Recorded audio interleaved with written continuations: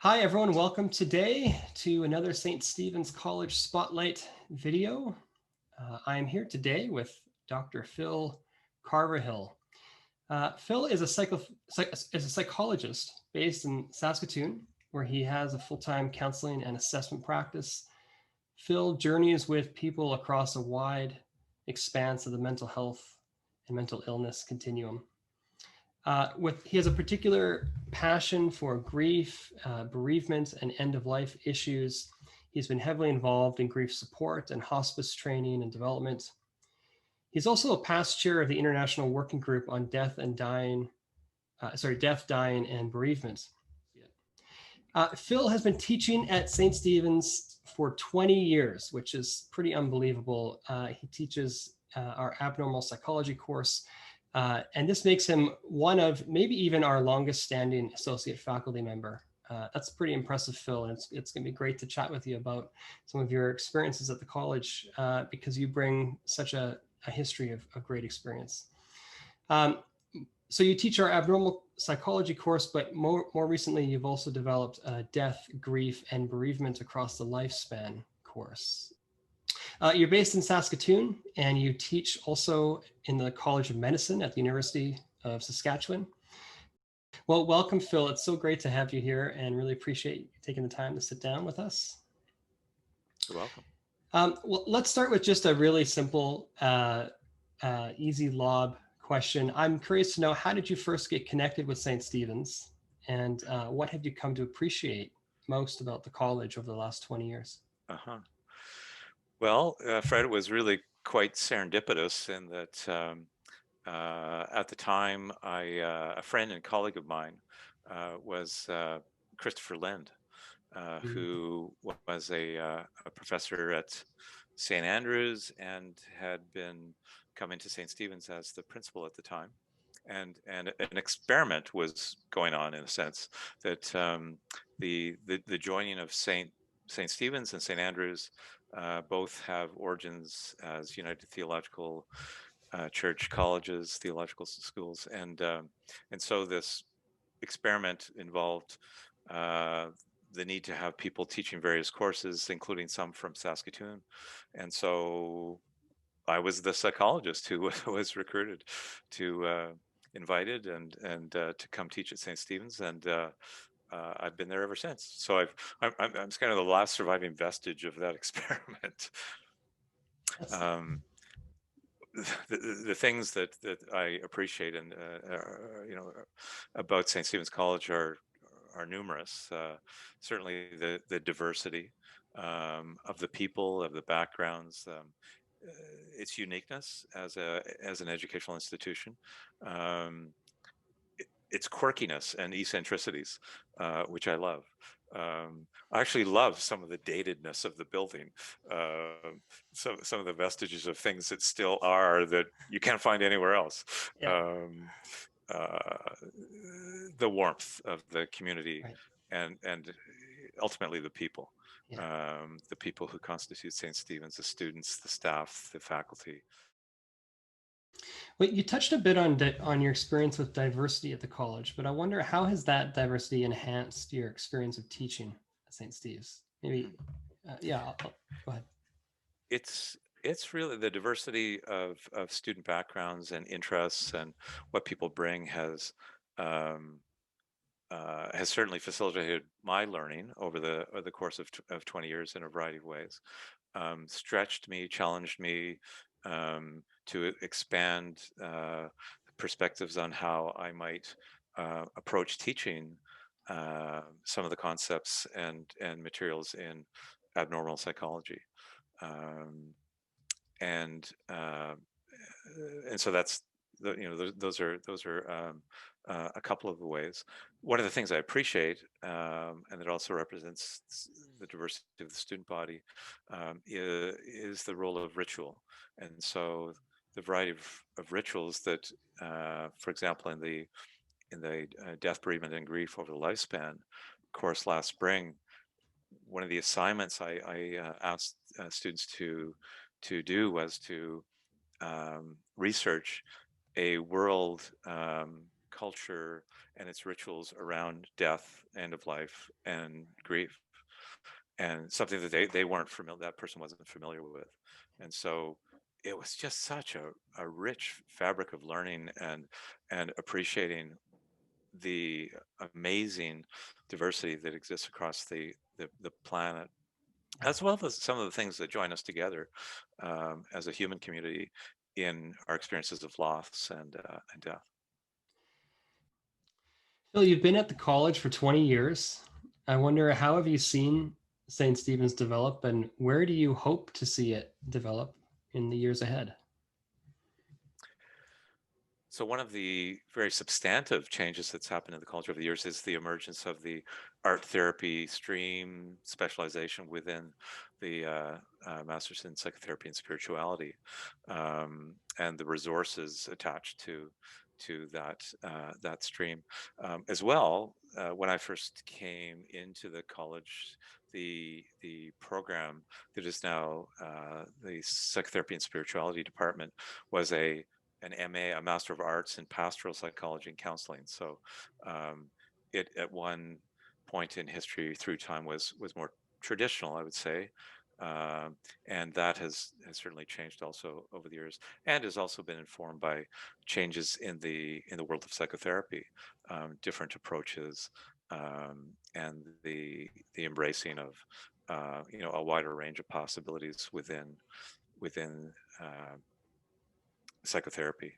Um, and as well, I mean, just one thing that I think really it's important to underline is the survival of St. Stephen's is also unique in the sense of the ability to adapt is, as an organization and as a college, as a body, is commendable. Um, there are other more traditional, maybe theological schools that have closed during the Right. same time period, who couldn't or didn't or perhaps weren't prepared to adapt in the ways that St. Stephen's was. So Right. it is kind of alchemy. It's a wonderful alchemy. Yeah. I think that has happened over the years, and there's certainly been lots of changes over that period of time in terms of some of the people who have retired or moved on to other geographies, and those who've come in, um, with some different ideas and different approaches, and so it all works in the alchemy Hmm. of it all. Absolutely. Yeah. I think all of those are, certainly from my perspective as principal, I think not only not only very important aspects of our identity at St. Steve's, but also things that attracted me to the college. This, I'll speak specifically, this sense of an organization that is historically a theological college, but is not at all a traditional theological college, and is really trying to make space for people across faith traditions and expressions of faith to come together and study in ways that recognize just how central spirituality can be in so many parts of our lives. Um, Absolutely. yeah, and Absolutely. I think the psychotherapy program and the art therapy program uniquely get at that, particularly with art therapy. And I'd be curious to know your experience as a music therapist. But one of the things we talk a lot about is that the artistic process is inherently a spiritual process. And that really comes Yes. together in that art therapy stream. Yes. Absolutely. Absolutely. That within the family of creative arts therapies, Yeah. um, I can certainly speak through my experience as a music therapist that um, the the holy, the spiritual, the transcendent, um, I think is wonderfully accessible through the arts, and that indeed is a whole other aspect of the vibrancy of life at St. Stephen's, and the appreciation of as part of the wholeness of um, the aesthetic life, the experience of beauty, the experience of also whether from a visual arts point of view or a music point of view, that also the representation of emotions and emotional life. Mm. Uh, uh, like the old saying goes, you know, music can speak where words fail. Right. It's a universal kind of language, or that that painting, that picture, that image, that visual image can say all kinds of things and speak to a person in ways spiritual, emotional, psychological, um, in ways that words sometimes cannot do. Yeah, absolutely. One more question for you, Phil. And I really appreciate the time you've taken to sit down with us today. Um, we're living at such an incredible moment in history, and there are such real and tangible needs in our world. I wonder how you see St. Stephen's equipping students for the work of addressing these tangible and real needs in our world. Uh-huh. Well, it may sound like a simplification. Um, I actually think that one of the elements of life that has waxed and waned and um, in the past decade, I would say, has been more on the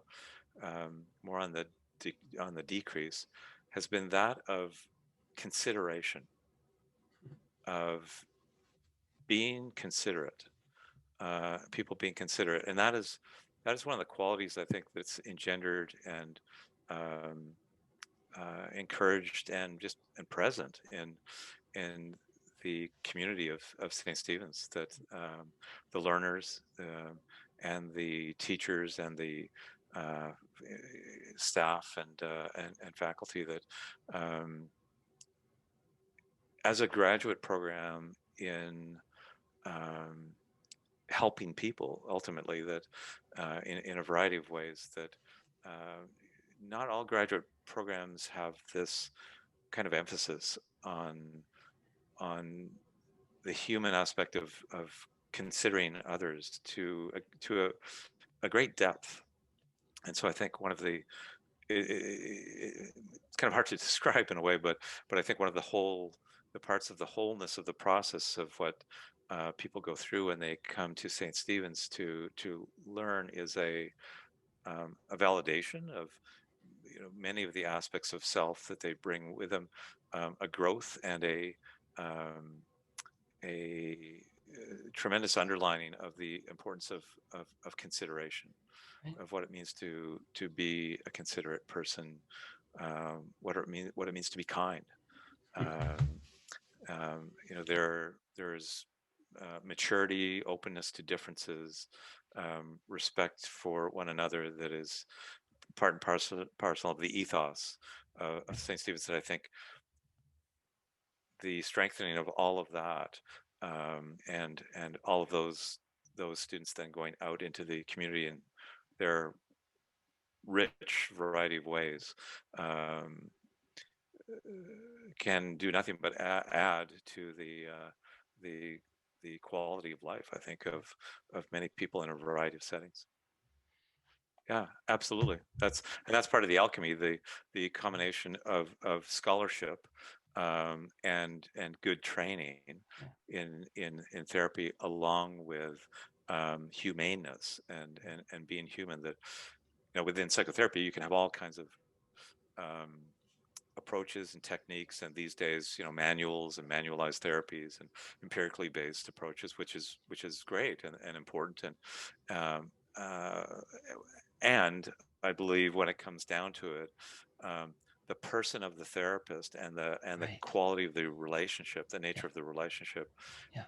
is so crucial Yeah. to healing and wholeness. Yeah. Absolutely.